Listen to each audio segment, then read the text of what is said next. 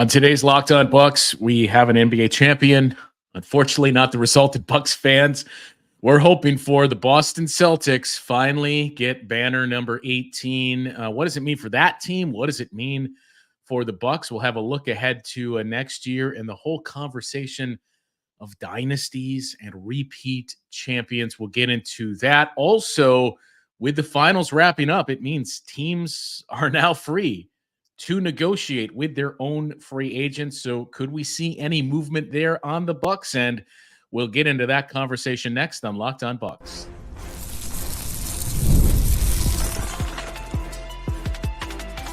You are Locked On Bucks, your daily Milwaukee Bucks podcast, part of the Locked On Podcast Network, your team every day.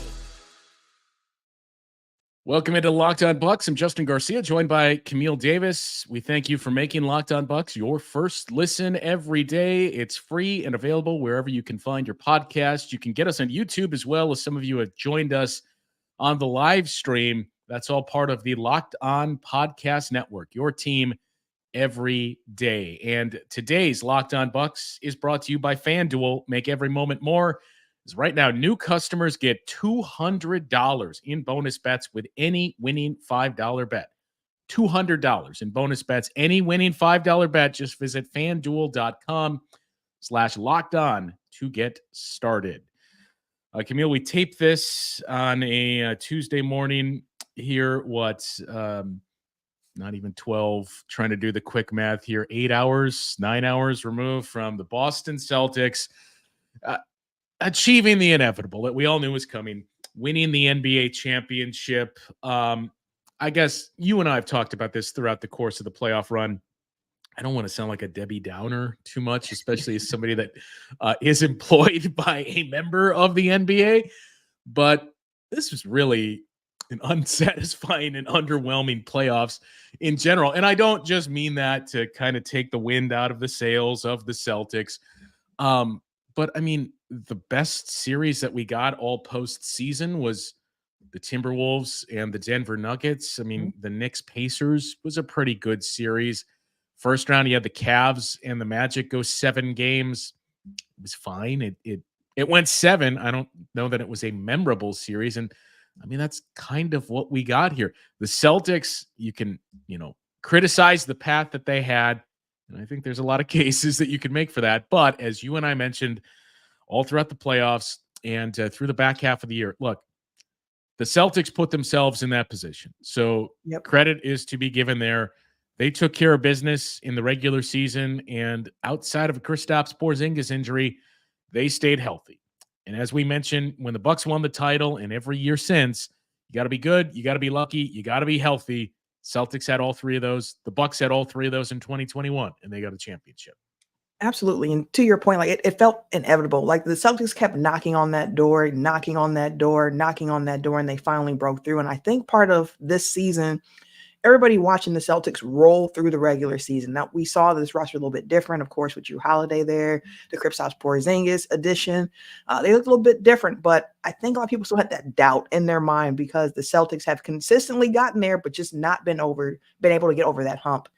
So to see them finally get into this particular finals matchup against the Mavericks, in which it felt like the country was going for Dallas for the most part in this series, but just looking at it and being like, okay, can they finally put it together? And they absolutely did in this series. Going into it, this was one where I'm like, Boston's finally going to get that banner number 18. They're going to be the winningest franchise in NBA history when it comes to NBA championships. They're going to break that tie with the Lakers. It's coming. And now that it's here, I'm glad that it's over. Like, we had the moment. Like you mentioned, I'm not trying to rain on anybody's parade. Congratulations to the Boston Celtics. They did that. They were the best team throughout the season. They rolled through the playoffs as well. One might point to the teams they had to roll against, but you can't control who that is once it's locked in. Like you said, they put themselves in a position to be successful, getting that number 1 seed. And they really just had a dominant playoff performance there. Like they had all the losses were games where you're like, the Celtics they reverted back to some old traits that we've seen in a lot of the reasons people didn't believe in them in the first place, but they were able to really put it together and play well enough to win 4. And that's all you got to do in the finals. Yeah, they got those 4, and Jaylen Brown gets the Finals MVP. I think that was the other thing that Bucks fans had an eye on. There's probably a distaste for Jason Tatum, which I mean, it's partially comical. I mean, he seems like a very good guy, but there's just something about him that is easy to kind of poke at and say, "Come on, man." But Jaylen Brown gets the Finals MVP. I think we've seen a healthy contingency through the course of the season of Bucks fans saying, I'm still going to be rooting for Drew. And if the Bucks can't get the title, I hate the Celtics, but if it means Drew gets championship number 2, good for him. I think we saw that bandwagon lose some members throughout the course of the season, but I did see more of it last night. And I suppose that's the solace that you take is, hey, Drew Holiday, a very deserving champion. He got championship number 2. Yeah, absolutely. And given the way the season unfolded for him as well, like we understand there was a whole conversation around how he was traded, around how the Bucks handled that trade. His wife speaking out about just how disappointed she was and seeing them land in Boston, get a championship. To your point, I hate that it's Boston. I do. Like I hate that it's Boston, but Drew is like he elevates above all of that other stuff because he was just that good of a guy here in Milwaukee to the community. He was that good of a guy on the court.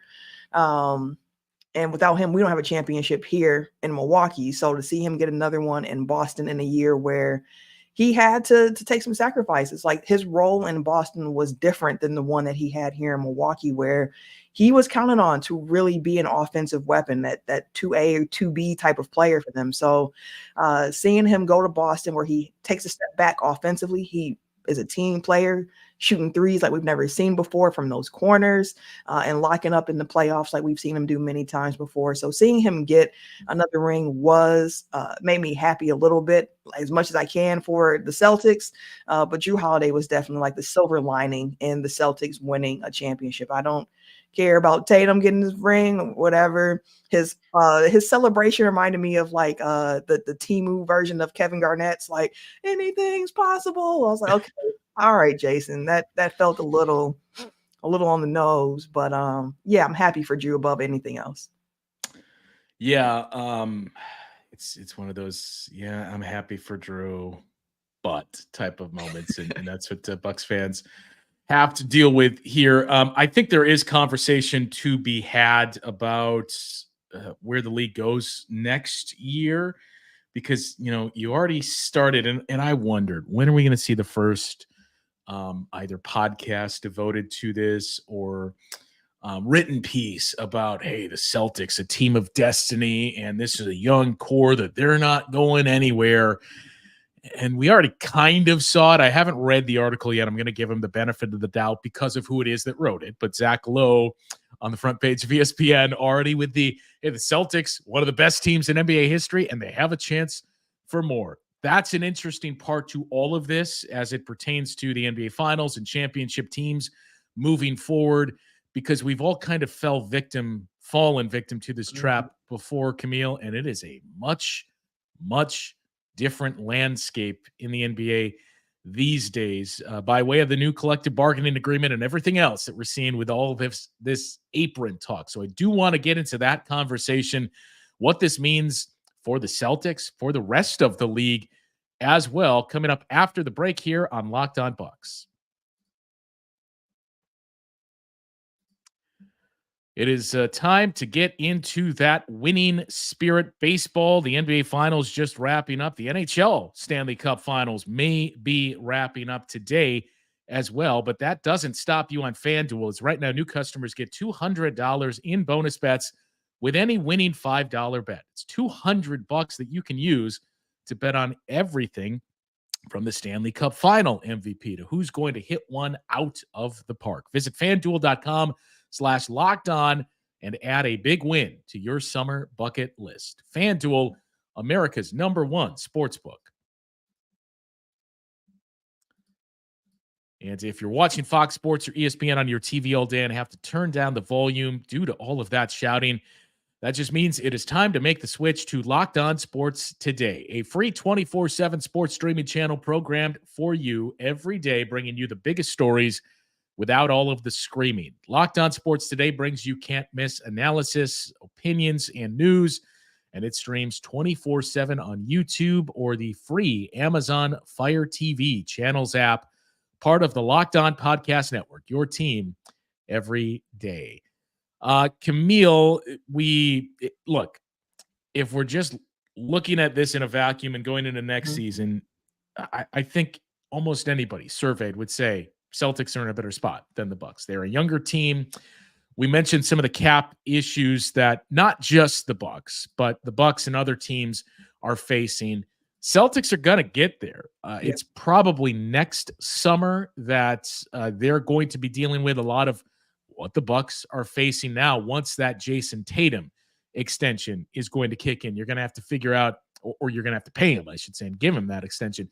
You're going to have to figure out the same on Derek White, that, the Drew Holiday piece and his contract. I'm still not too sure about that, given it's not this year, but starting next year, the expectation is the cap is going to go up by 10% every year. So those deals that are $30 or so million, I mean, I think Bucks fans were the first to point out, look, I love Drew, but that's a lot of money for Drew Holiday as he starts to age. With the cap going up, I don't know that that's really going to be the case. The big piece for them is what you do with Derek White.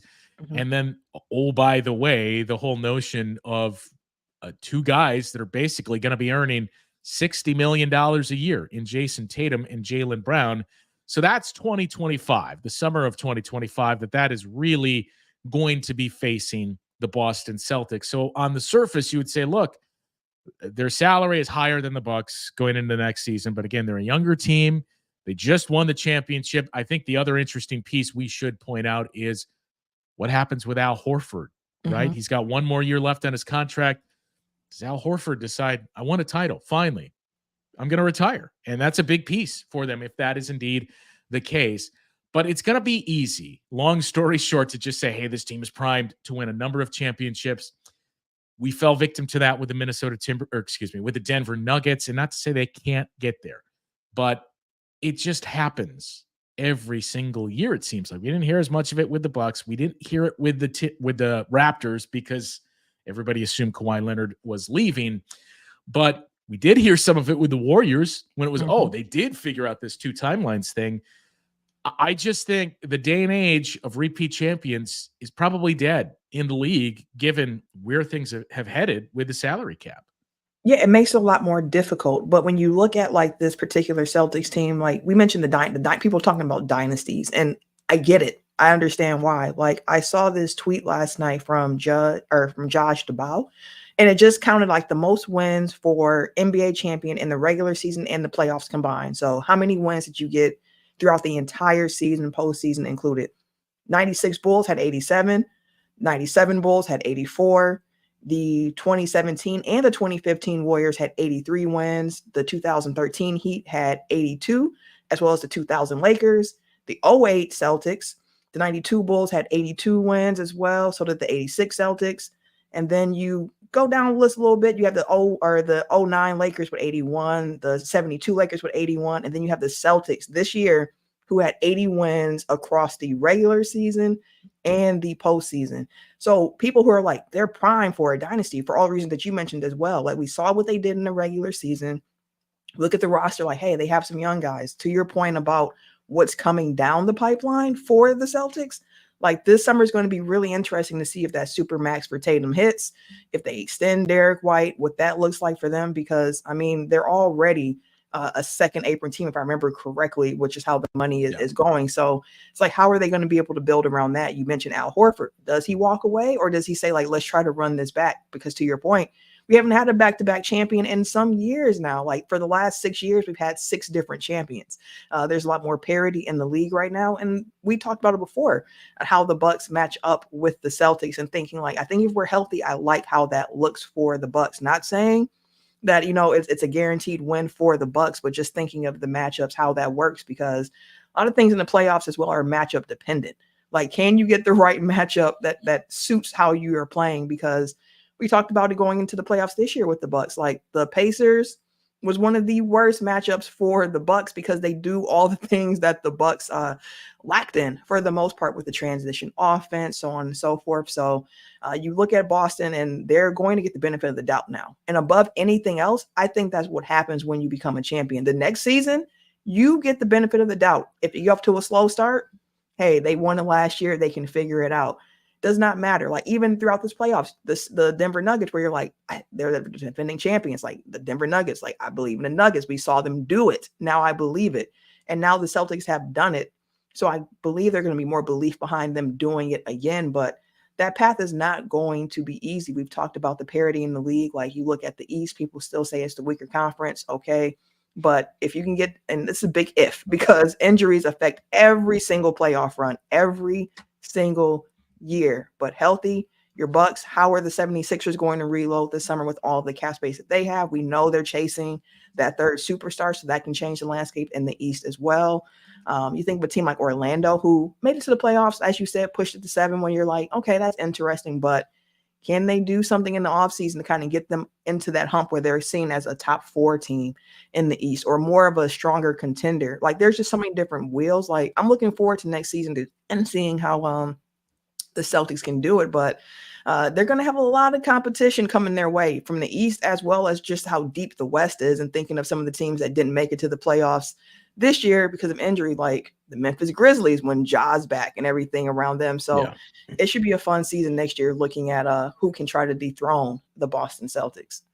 Not to turn this into Lockdown Celtics, because you can listen to John and the team for that, but they're as of this moment, their salary figure for next season is $196 million.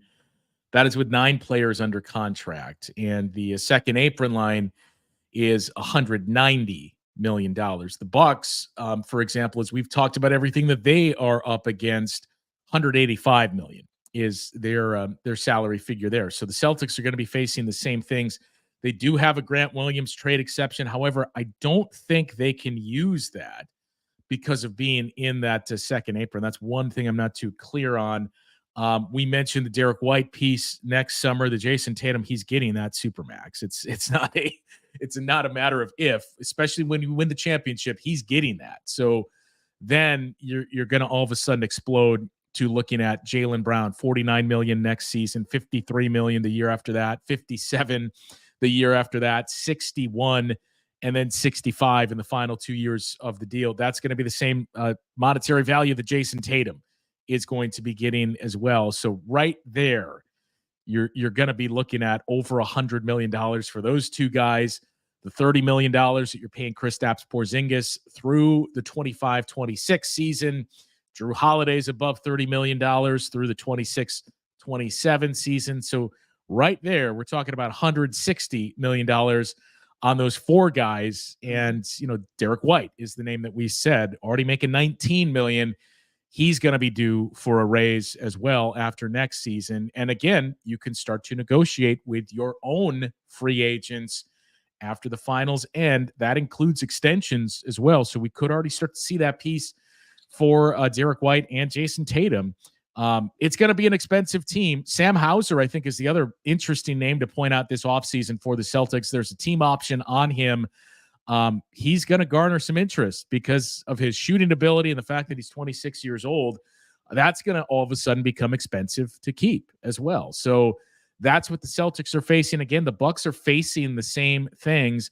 Celtics roster is younger, and they just won the championship. So I understand why you would give Boston the edge there. And I think the other thing that you pointed out, Camille, and I mentioned it too, which we should clarify, is when we talk about the matchup with the Bucks, am I saying the Bucks would beat the Celtics? No.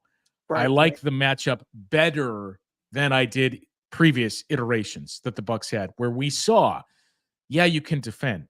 You have to be able to score. And that's where the Bucks came up short. It's not a knock at Drew Holiday.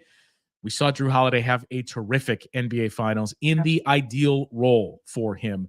But that is what the Bucks were up against. Could the Celtics defense just engulf Damian Lillard and Chris Middleton and say, hey, you're not going to be able to score? Maybe. Maybe that's what we would see in a best-of-7 series. But I feel like you at least have that fighting chance. And I don't know that you had it before. I mean, I know you took the Celtics to 7 games in the 2022 playoffs. it was a Celtics team that's not this group that we saw that hadn't fully matured yet. And I think there's a lot of variables. That's another thing to point out about Boston is, we had this conversation after the Bucks won the title, after the Nuggets won the title. I know we talked about it earlier this year too. The Bucks can't win the championship. You want to see those types of teams. Denver, that had been through it, that have come up short, that had a checkered history in terms of, they were good, but then they were really bad, and Bucks fans could relate to that. I think the Raptors are a similar story as well. Bucks fans were kind of drawn to the Timberwolves as well for that same reason. I mean, look, I know the Celtics now have 18 championships, but they checked a lot of those boxes. If we're being honest with ourselves too, they were a team that believed in the group that they had. They stuck with it. Same with what the Bucks did for all those years. They just made those tinkerings to the roster and just said, no, we know we came up short. This is going to be the year. We're sticking with it, and we're finally going to break through. And they did. So even though it's a team we may not like in that sense, that's the thing that you like to see.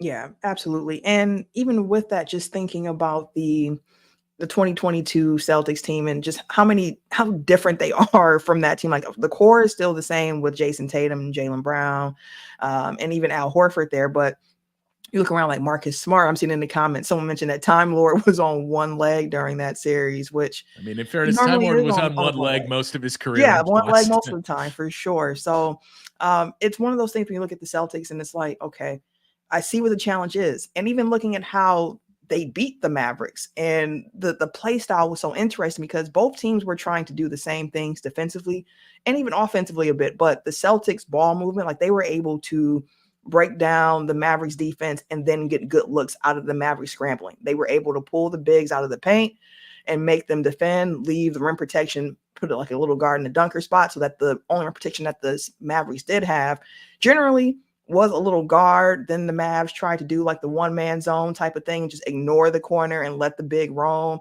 And the Celtics still found ways to exploit that. Like that's one thing with the Celtics in this series and this playoff run where I give them credit because Joe Mazzulla, like the coaching and just the adjustments of seeing like, okay, we've been winning this way. They made this adjustment. They got blown out in game 4.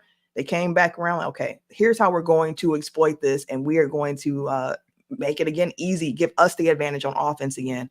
And just think about the defenders that Boston has. Like a stagnant offense has no chance against that Boston defense because they are cool with just switching everything and playing you one-on-one. So you have to have the ball movement, off ball movement. You have to be creative in that way, or force them to bring help onto that one person. Even with Luka, like they rarely had to bring two. They didn't send help. Yeah, you can show. They would, stunt really quick and then get back, but they didn't have to bring two. And that's what I'm thinking about with the Bucks next year of like, okay, if this is one of the matchups you have to consider when it comes to the shooting and the ball movement, like it has to be on point. And we've seen in years past where the offense can get really stagnant for the Bucks, where everybody's standing around and watching, Giannis and Chris trying to get their pick and roll off and move out of that. So I'll be really curious to see next season as well what that Bucks offense looks like and what that next evolution of it is under Doc, and what those actions look like, because trying to just do it one-on-one, ISO, break it down, like that's not going to get it. So I'll be really curious to see what that looks like for the Bucks as well. The Celtics figured out 5-out basketball better than any team that I think we've ever seen. And that was a major advantage. All those things that we pointed to as well about the cap situation that they're facing. I think what we know is Jaylen Brown and Jason Tatum are going to be on this team going forward. And, just like the Bucks and Bucks fans can point to, hey, as long as we got Giannis, we got a shot. As long as the Celtics have those two guys, they've got a shot because of what they do on both ends of the floor. But it's just, and it's not to take away from Boston, I just don't think we're going to see a repeat champion in the league go forward, that maybe you win 1, 2, 3 years later. The Bucks are hoping it's 4 years later, but the way things are situated, you can get to that one. And it's almost like the conversation that you're very familiar with, Camille, that we see in the NFL where you say, man, if you could get a very good rookie quarterback that's on the rookie scale contract, you can do so much with that team and build around it. We saw what the Seahawks did, and then the reckoning comes where that team starts to get older and paid more, and you got to break it up. It's much, much faster that comes at the NBA level with the length of contracts and with things like the second apron and how punitive that can be. So I think that's one big thing you have going into the season. They've lost Charles Lee, the lead assistant, who has taken the job as the Charlotte Hornets head coach. We learned shortly after the finals, Jeff Van Gundy, who was a consultant within the organization, and many speculated he's probably going to join the staff and become a lead assistant. I know Joe Mazzulla was asked about it throughout the playoffs. We learned that Jeff Van Gundy is going to Los Angeles to become the lead assistant for Ty Lue's Clippers staff. And then there's the whole Sam Cassell piece. We've talked about could he come back to Milwaukee. Neither of us think that's going to happen. But it seems like the options for Sam Cassell are either, well, you can go join your friend Doc Rivers in Milwaukee. I don't know what the role would be, given Darvin Ham is viewed as the lead assistant. I still kind of think it's going to be the Lakers, or he just becomes the lead assistant in Boston. But if Sam Cassell leaves, that's, two big pieces to the staff that were there that have gone. And now Jeff Van Gundy, who many speculated could be there, gone. Kristaps Porzingis is going to have surgery. I'm not quite sure on what the timeline is. It doesn't seem as though that's going to impact anything in terms of getting ready for next season. But I think the point of it is you just never know, right? That things can start to linger. And I think the biggest piece of it is just once you get a championship, I mean, we saw it with the Bucks. You could point to the Brook Lopez injury, but I think there was more to it than that. We've seen it with every champion through the years. Once you get that first one, it's not to say you're not driven. The level is just not the same, that you can coast a little bit. There's just not that same drive for number two as there is number one. And that's another thing that this team is going to be up against. Not even hey, they're going to be the hunted now, because they had that target on their back for all of this season, essentially, when you saw the Eastern Conference and how that shook out.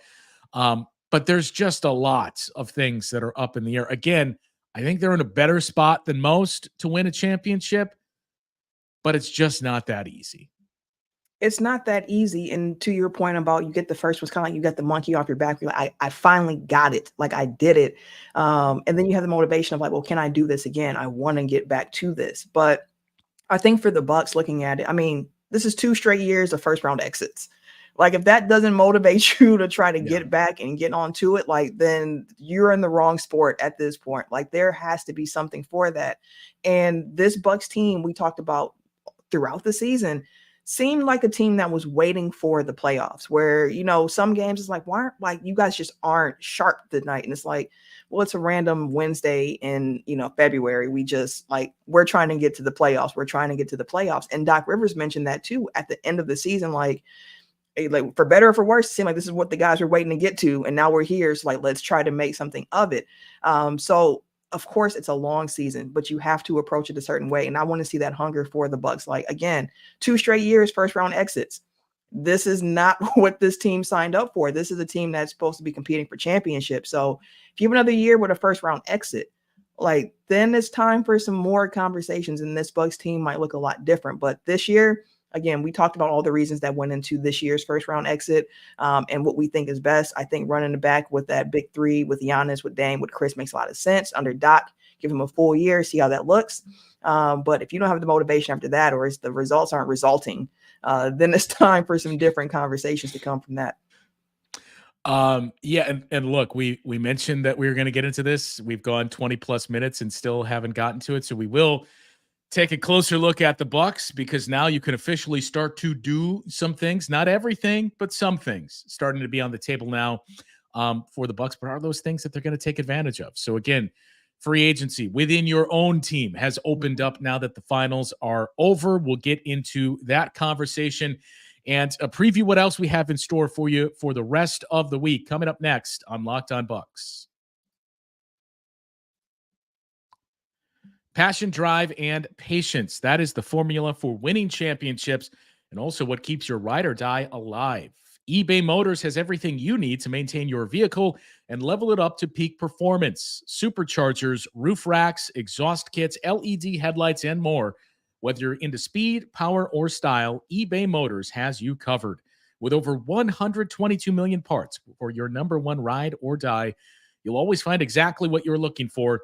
And with eBay's Guaranteed Fit, your part is guaranteed to fit your ride every time or your money back. Because with eBay Motors, you're burning rubber, not cash. With all the parts you need at the prices you want, it's easy to make your car the MVP and bring home huge wins. Keep your ride or die alive at ebaymotors.com. Eligible items only. Exclusions apply. eBay Guaranteed Fit only available to U.S. customers. So we mentioned, Camille, the free agency period with an asterisk is now underway, that teams are free to negotiate with their own free agents. It doesn't mean that you can sign your free agents, but I'm sure we'll start to see some reports trickle out of this player has agreed to terms with his own team on an extension. So for the Bucks, and we've already seen some of the comments in there about the free agents that the Bucks themselves have. For the Bucks, we've gone over who that is. I suppose the advantageous spot the Bucks are in is that those guys are all their role players and reserves, which is not what you were facing a year ago with Chris Middleton and Brook Lopez. So the names that we're looking at and have gone over for quite some time now: Jay Crowder, Malik Beasley, Pat Beverly, Thanasis. Those are the free agents that the Bucks have. Danilo Gallinari, I suppose we can throw out there as well. So those are the names that they can start to negotiate with on extensions. Do you see any of those coming back and learning in the next day or so days leading up to the draft that, hey, the Bucks have worked out a deal to bring this player back? Prior to Thanasis having his injury, that would have been a name where I'm like, okay, like I'm sure we're going to find a way to bring back Thanasis, because I mean, we've had the conversation around the value that he brings to the team. There's so many jokes around Thanasis and what he does because he doesn't get a lot of playing time. He's a 15th guy on the bench for the most part. But every team has a 15th guy on their bench who's not going to be playing. So if that guy for the Bucks happens to be a brother, then he happens to be a brother. But what Thanasis brings to the team as well is beyond that. Like, he is a consistent personality type, which you hear players talk about a lot. And to someone listening, like, that's not that big of a deal. But to go into your job and count on one person to be the same every single day with energy, coaching experience, so on and so, like, not coaching experience, but coaching you up on the sidelines and just supporting you, all of that type of stuff, that goes really far into like that team chemistry, as well as just what a good teammate looks like. You can't ask for more from a 15th guy on your bench. But the injury does make me a little interesting to see where that goes. And also knowing last year, he was apparently also being courted by the Knicks and was thinking about leaving Milwaukee at that point. So I'll see what happens with the Thanasis. That's one that's going to be interesting to see. But the other name to look at is Patrick Beverly. He's somebody who mentioned, I would love to come back to Milwaukee.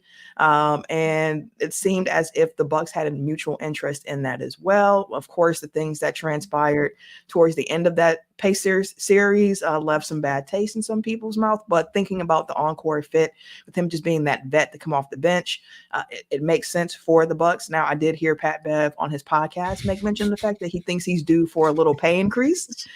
And if that's the case, I'm not sure about that fit as much anymore, because the Bucks are really just handing out vet mins at this point. But I do think of all of the Bucks free agents outside of the Thanasis, Patrick Beverly is the one where I think that there could be something to it. I don't see Jay Crowder coming back. I feel like that ship has sailed.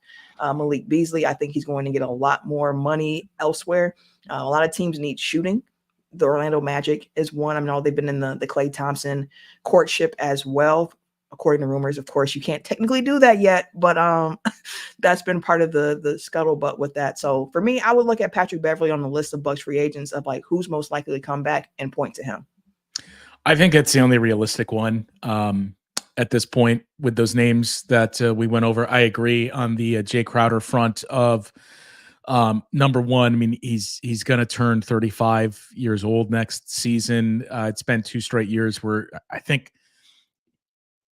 at the time the trade was made, you saw in theory what he would do for you, just never came to fruition. That I think he's probably past that point in his career. When you brought him back last season, I think it caught all or most of us off guard, but you also thought, okay, kind of a prove it season, and it maybe a different coach and different usage that'll change things. And that just wasn't the case. And even Doc Rivers, we didn't see a whole lot of leaning on Jay Crowder. So I would assume that Jay Crowder is not a part of the team. I would assume Danilo Gallinari retires. Dynastis is the interesting part.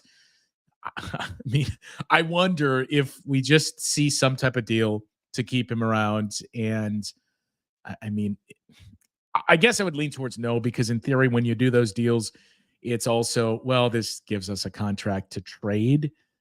The Bucks are never going to trade Thanasis. Right. And look, as you just mentioned, as we gone over before, time and time again, fine. Who cares? If it keeps his brother in town and happy, fine. So I do think with those names, Malik Beasley too, I would assume Malik Beasley is going to find slightly more money. I know I had the conversation with somebody else earlier this year. I won't disclose who, but they're adamant. Look, I think this is just where he is. I think that's kind of the value around the league, that even if the Bucks would kind of sniff out a deal for him, I don't know that it's out there, number one. And I think he's probably looking at vet minimums. Maybe he gets one more deal, but it's around the mid-level exception, and that's it. And after that, it's back to the vet minimums.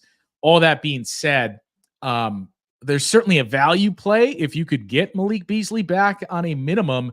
I think all of us would be fine with that if the role is tweaked, and if he is a guy that comes off the bench as a catch and shoot scorer type of piece. So that's one I'm not totally willing to slam the door on. And that Pat Beverly piece, I heard the same thing, and I think we talked about it on the previous show. Look, he's 36 years old already.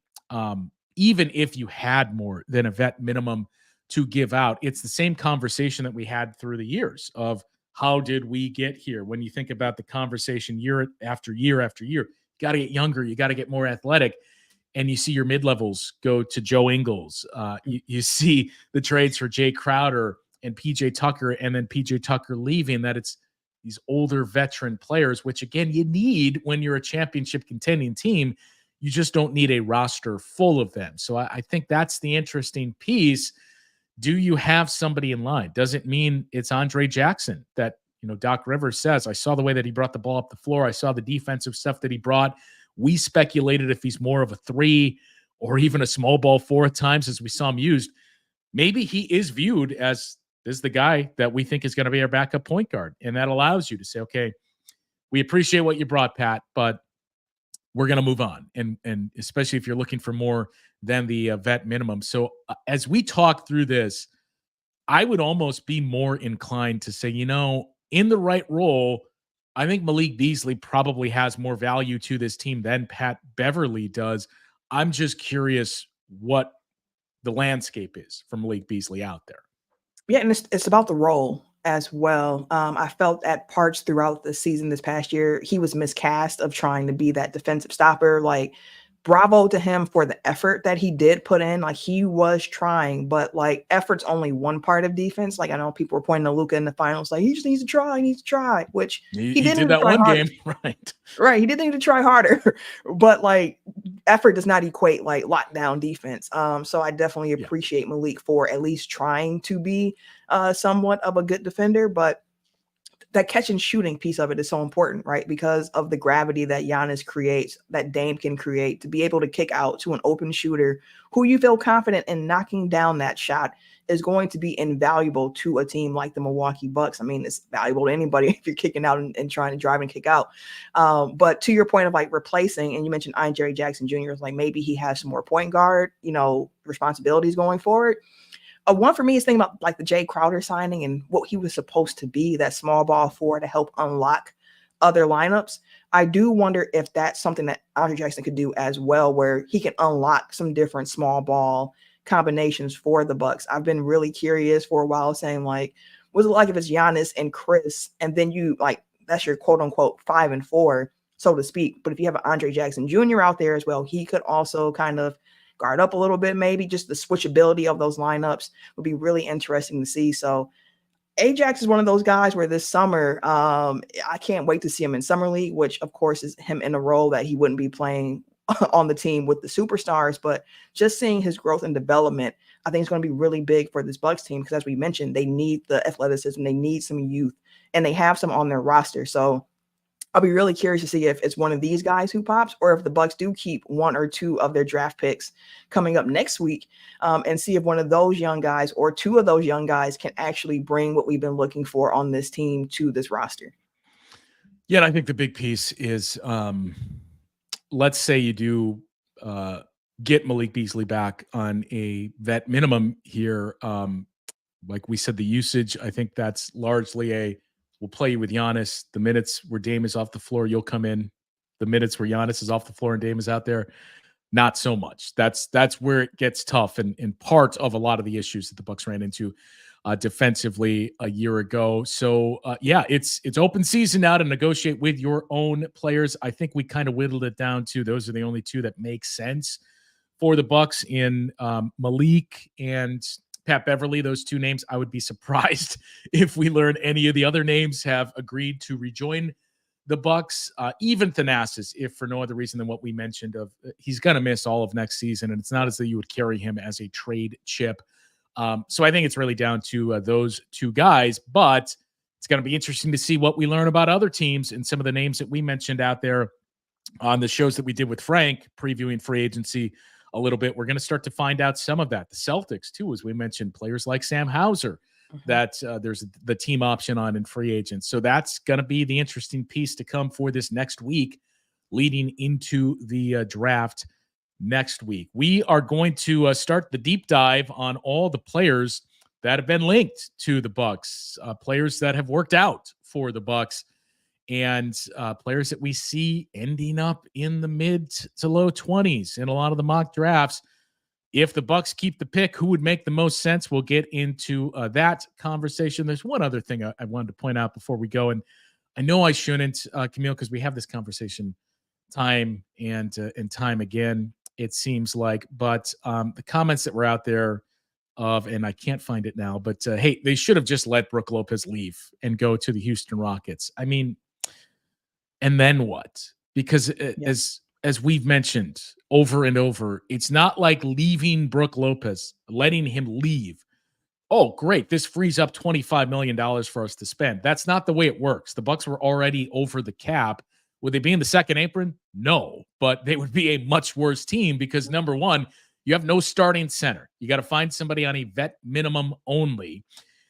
And, secondly, again, as we've kind of chronicled through the year, he still has value. It's kind of some ways the conversation we had about Malik, but finding the pieces that make sense around him. Maybe that means reducing the workload a little bit this season, but there was just no avenue for the Bucks to say, okay, we're moving on from Brook Lopez and Chris Middleton. We're going to let them go, free up money and remain competitive. You would free up cap or money that you're paying out. You wouldn't free up enough cap space to do anything. And again, putting yourself in a worse spot than you were this season. Even though you could say, well, they lost in the first round. How much worse could it be? Well, you'd miss the playoffs with Giannis and Damian Lillard on your team. So that's that. And again, we've gone over that multiple times, but it's just every time I see that about Brook and 5 years ago, and we would see it about Chris Middleton too, before the first deal that he got, it just drives me crazy. Guys, it's not that easy. You don't just say, okay, now we have this money to spend. That's not how it works. So look, you can criticize and say, is he too old? Do you got to look to move on? Sure, you got to start to think about life after Brook Lopez, and that's where some of those names get interesting that we're going to start to get into with the NBA draft.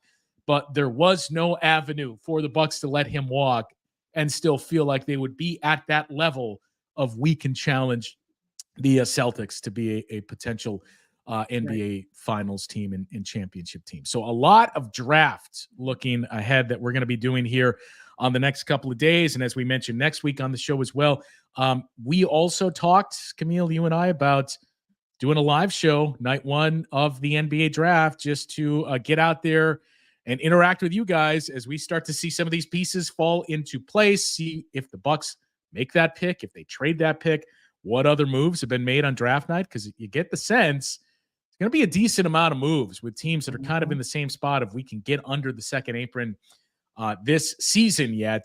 So do we see trades taking place? A lot more than we're used to seeing.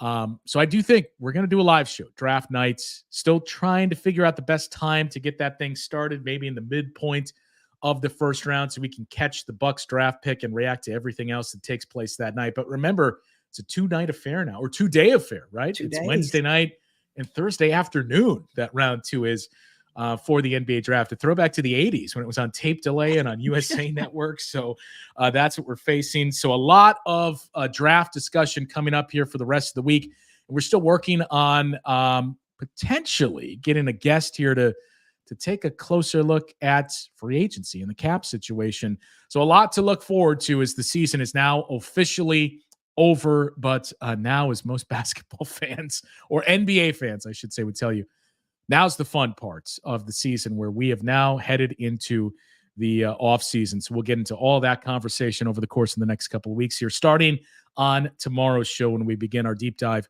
on draft prospects. That'll do it for today's show. For Camille, I am Justin signing off. We'll talk to you once again tomorrow on Locked On Bucks.